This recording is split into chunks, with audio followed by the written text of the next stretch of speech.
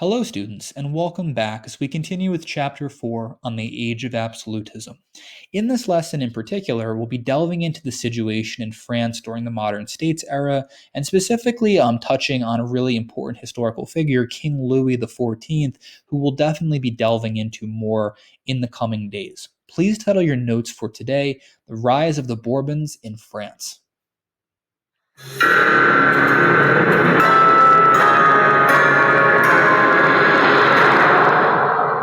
Just as a quick forewarning, as we deal with French politics, many of the monarchs bear the same name, especially Henry and Louis. So do the best that you can to differentiate between them. Let me know if you have any questions, and definitely take a look at the Roman numerals if you're not familiar with them, because you do have to be able to differentiate between who is who.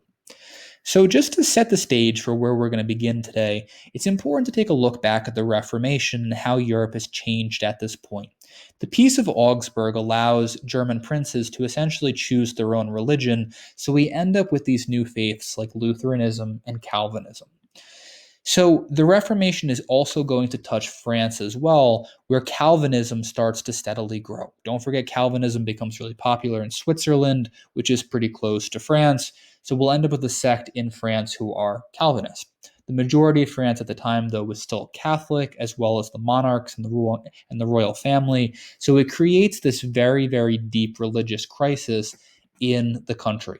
The French nobility were divided. The majority were Catholic, but there were also some Calvinists as well. The Calvinists in France became known as the Huguenots. And you can see the Huguenot crest over there on the right-hand side of the screen. So, in a really interesting moment in history, we have King Henry III of France being murdered by a man named Jacques Clement. He was a Catholic fanatic who felt like the king was not doing enough to purge France of these Huguenots, these French Calvinists, and he goes to the king's court. He says he has essential secret information that he has to deliver directly to the king. He tells him he can only tell the king once his attendants are out of the room. He leans over into the king's ear to apparently tell him what this message is and stabs the king, ultimately leading to his death the next day. When the attendants burst into the room, they ended up killing Jacques Clement, but it was too late, and the king ultimately succumbed to his wounds and passed away. This provides a really good opportunity to introduce you to an important female figure from history, Catherine de' Medici. Of course, related to the Medici family, we spoke about them earlier in the Renaissance chapter, and how the Medici were really interwoven into politics throughout Europe.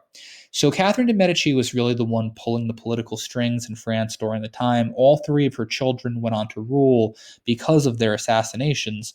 And you can see in this portrait here, she's donning the black veil following the death of her son, King Henry III.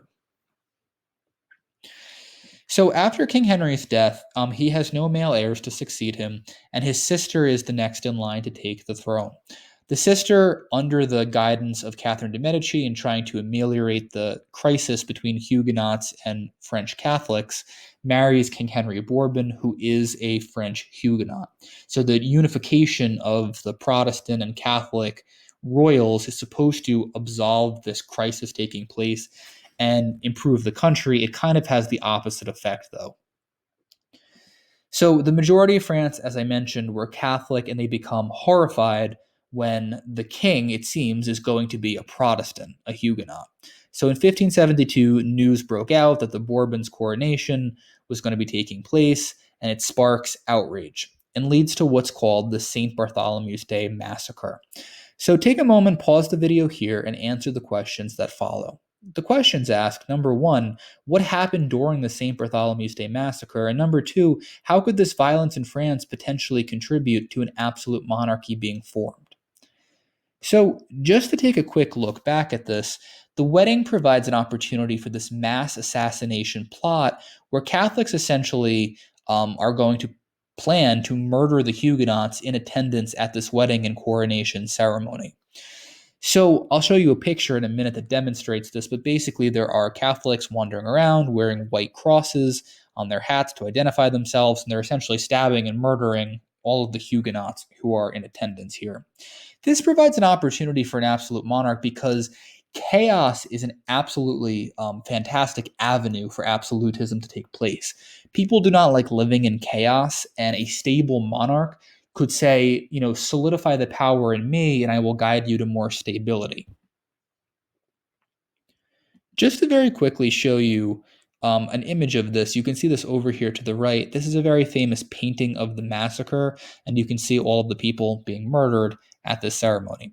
So again, this is taking place at the wedding of King Henry Bourbon and Catherine de' Medici's daughter, and the Huguenots are being slaughtered. What's really important, though, is King Henry, he's now King Henry the Fourth, because he is going to be taking the crown after King Henry the Third. That's how it works. He becomes the new ruler. And he's going to set out to try to heal France in several different ways. Number one, he himself converts to Catholicism, which obviously appeases the Catholics. And then to appease the French Huguenots, you're going to see he enacts several different reforms as well. Just to zoom in a little bit, you can see in this painting here, again, the sheer brutality and horror of this as all of the wedding guests, people coming to see the wedding and coronation, are being murdered in the streets of France. So take a look at this. This is from the Edict of Nantes, and this is going to be passed by King Henry IV to hopefully bring more stability to France after his coronation. So again, pause the video here and then answer the questions that follow. Number one, it asks, what decrees did the Edict of Nantes make regarding Huguenots and Catholics in France? And you can see if you look at the document, it says that Calvinists are permitted to worship their faith. And go to like their religious worship inside the walls of the city without being annoyed, molested, or compelled to do anything other than the matter of their own religion. So just transitioning forward, and to summarize this, Calvinist churches could be set up. Catholics and Calvinists had to tolerate each other, and this really is seen historically as the end to the religious wars in France between the Catholics and the Protestants. If you choose to take AP classes in world history or European history, you'll go into much greater detail into these wars. We're just mentioning it now just to give you a little bit of context of what's happening. So, unfortunately, King Henry IV is also assassinated. He is going to a different coronation ceremony, and a fanatic leaps into his royal carriage and stabs him to death, which again opens up another power vacuum, and we're going to end up with a new ruler, his son. So his son is extremely weak, but he appoints a very strong minister, Cardinal Richelieu, who you can see pictured over there on the right-hand side of the screen, which again intensifies the Catholic power in France during this time period. He tries to weaken the authority of Huguenots and French Calvinists and French Protestants and make the Catholic Church more of the authority in the region again. Here you can see him pictured posing almost as if he's the ruler himself, and by the Catholic cardinals being in these positions of authority, we end up with a lot of situations where Protestants are being persecuted or forced out of the city entirely. King Louis XIV is oftentimes seen as the most powerful monarch in French history, and often the one who's cited during the Age of Absolutism as the quintessential absolute monarch. He takes the throne at only 4 years old, and essentially is guided by a different cardinal, Cardinal Mazarin, who was the successor of Cardinal Richelieu. And it's really Mazarin who's running the show at first when Louis is very young. So the path toward absolutism in France involves a few different steps. Number one, King Louis XIV weakens the power of the nobility, which is always essential when you're creating an absolute monarchy because the nobles pose the most immediate threat. He forces nobles to live in the Palace of Versailles with him, which I'll introduce in just a second, which again really limits their ability to plot and conspire against him.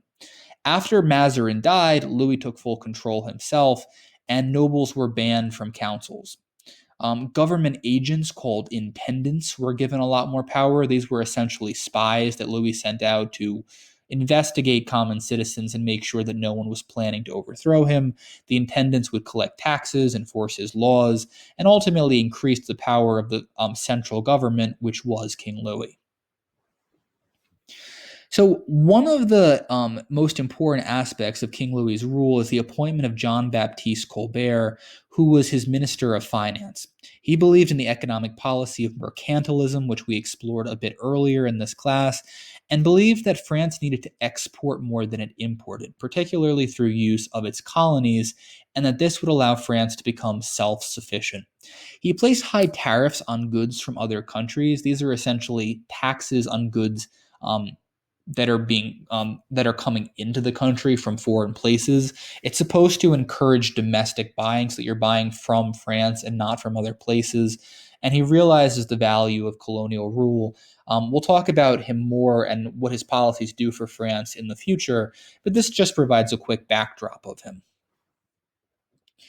So Louis was nicknamed the Sun King because all of France revolved around him, much in the same way that the solar system revolves around the sun. He spent a fortune to live a life of luxury. He had 500 waiters and servants who would wait on him hands and foot. 100 noblemen would wait to dress him in the morning and take care of him.